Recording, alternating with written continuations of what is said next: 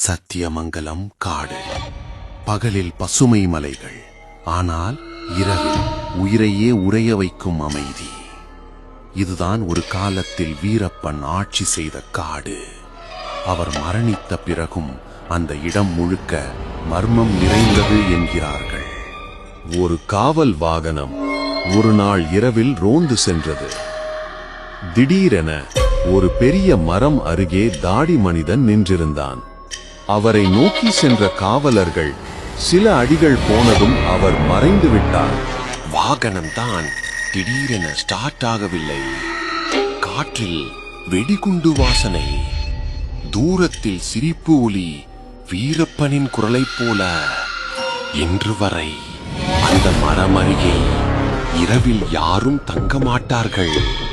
மக்கள் சொல்வார்கள், சத்தியமங்கலத்துல இரவுக்கு நிழலும் நடக்காது.